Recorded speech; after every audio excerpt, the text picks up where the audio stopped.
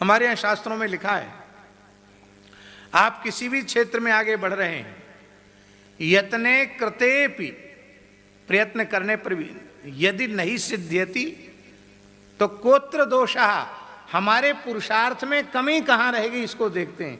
ये नहीं कि क्या करें, हमारा भाग्य ही साथ नहीं दे रहा है, हमारे गुरुजी ने भी हमको आगे नहीं बढ़ाया, हमारे पिता माता भी हमको कुछ नहीं, फूटी कौड़ी का सहयोग नहीं कर रहे हैं, मित्र भी सब टांग खींचने में लगे हैं, हम क्या करें, हम क्या करें, हमारी कोई। अरे भाई तुम क्या करो, तुम अकेले का अकेला चना कहीं भाड़ फोड़ सकता है क्या? अरे भैया अकेला चना भाड़ तो नहीं फोड़ सकता, आंख फोड़ सकता है। छिटक कर आंख में चला जाए तो आंख फूट जाएगी। इसलिए अकेला चना भी तुम हो तो भी आंख फोड़ने का पुरुषार्थ रखो। हम नहीं कहते कि किसी की आंख फोड़ देना, लेकिन एक बात की बात आपको बता रहे हैं, कोई आपको हतप्रभ करना चाहे पुरुषार्थ के मामले में तो कभी हतप्रभ नहीं होना। भजन के मार्ग में करो तो प्रचंड पुरुषार्थ करो, और भौतिक मार्ग में भी यदि भगवान ने आपको लगा रखा है तो प्रचंड पुरुषार्थ करो। नारद जी इसके प्रमाण है। नारद जी ने हार नहीं मानी, तब आकाशवाणी हुई, नारद जी तुम्हारा उद्यम सफल होगा, इसके लिए तुम सत्कर्म का अनुष्ठान करो। तो और वो सत्कर्म कौन बताएगा? तत्ते कर्मा विधास्यन्ति साधवो साधुभूषणा, साधुता ही जिनका आभूषण है, वे संत बताएंगे कि सत्कर्म का स्वरूप क्या है। इस बार योग ऋषि पूज्य श्री रामदेव बाबा जी ने एक बड़ी विलक्षण बात हमको बताई। उन्होंने कहा, महाराज जी हमने बहुत छोटे से अपने जीवन का आरंभ किया है, कभी हम सोच नहीं सकते थे कि हम इतना सब कुछ कर सकते हैं, लेकिन हमने आरंभ से ही प्रचंड पुरुषार्थ किया। एक व्यक्ति मेरा कोई सहयोगी नहीं था, न द्रव्य का, न धन का और न जन का कोई आश्रय नहीं था, लेकिन हम प्रचंड पुरुषार्थ करने से कभी पीछे हटे नहीं। और उस प्रचंड पुरुषार्थ का ये परिणाम है कि योग के माध्यम से भी और स्वदेशी वस्तुओं के माध्यम से भी, कहने वाले कुछ भी कहते रहें, पर योग के माध्यम से, स्वदेशी वस्तुओं के माध्यम से भारतवर्ष में बहुत बड़ी क्रांति लाने का काम श्री रामदेव बाबा जी ने किया।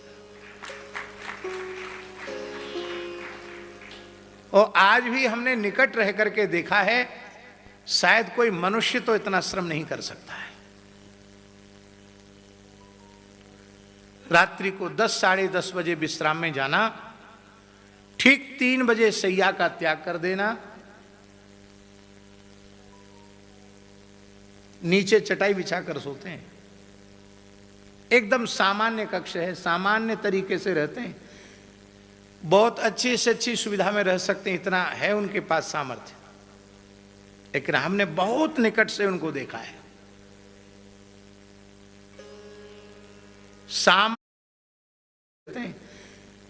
बहुत अच्छी से अच्छी सुविधा में रह सकते हैं, इतना है उनके पास सामर्थ्य, लेकिन हमने बहुत निकट से उनको देखा है। सामान्य रहनी से रहते हैं। 3 बजे उठकर स्नान करना, थोड़ी देर भगवत सेवा करना, ध्यान करना, उसके बाद गौशाला में जहाँ निवास है वहीं गौशाला है, वहाँ जाकर अपने हाथ से गैया का गोबर उठाना, गाय के लिए सानी बनाकर रखना, अब फिर दौड़ लगाना। वो बेचारे जो क्या कहते हैं उनको, जो बंदूक लेके चलते हैं, क्या कहते हैं,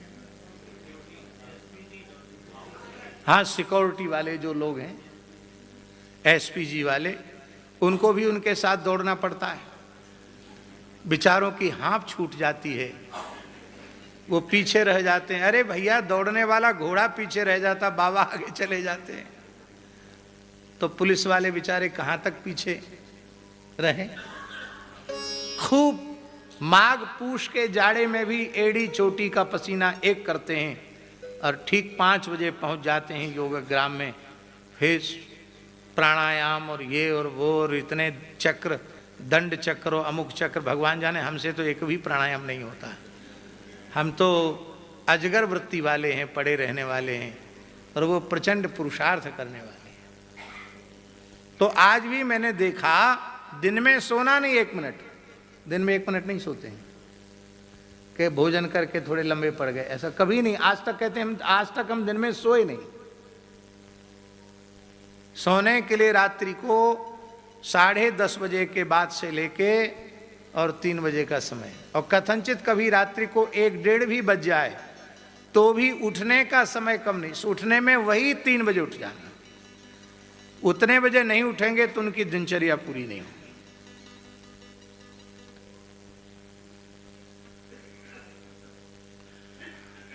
व्यक्ति को प्रचंड पुरुषार्थ अवश्य करना चाहिए, और जो पुरुषार्थी व्यक्ति होते हैं वो किसी भी परिस्थिति में हार नहीं मानते, पराजय स्वीकार नहीं करते।